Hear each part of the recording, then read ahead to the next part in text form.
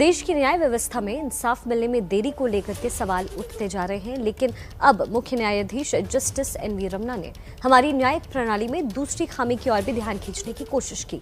उनके मुताबिक हमारी न्याय व्यवस्था अंग्रेजों के दौर की है और इसका भारतीयकरण करना बहुत जरूरी है। तारीख पर तारीख और हर 2 तारीखों के बीच होने वाली वकीलों की जिरह और दलीलों में फंसा आम इंसान इंसाफ पाने की आस में कॉमन मैन कोर्ट के चक्कर लगाता रह जाता है। लेकिन इंसाफ तो दूर, उसे कोर्ट कचहरी में होने वाले काम और कानूनी प्रक्रिया तक को समझ पाने में दिक्कत होती है। आम लोगों की इसी परेशानी को समझते हुए chief justice of India justice NV Ramana ने हमारी न्याय व्यवस्था के भारतीयकरण करने पर जोर दिया है।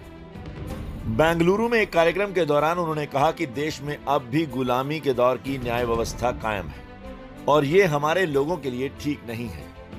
Very often our justice delivery poses multiple barriers for the common people. The working and the style of courts do not sit well with the complexities of India. Our systems practice rules being colonial in origin may not be best suited to the needs of the population.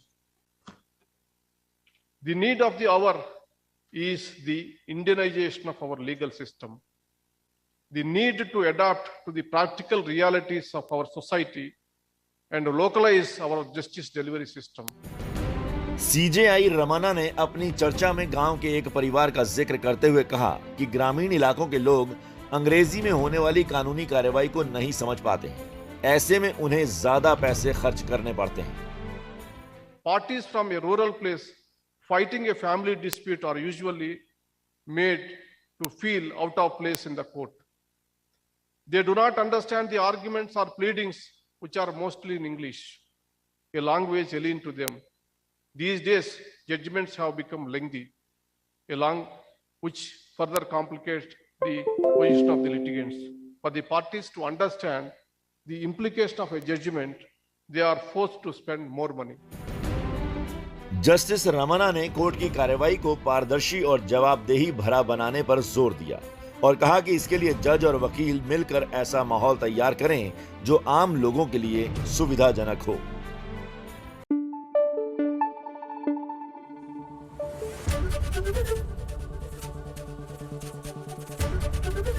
ABP news आपको रखे आगे।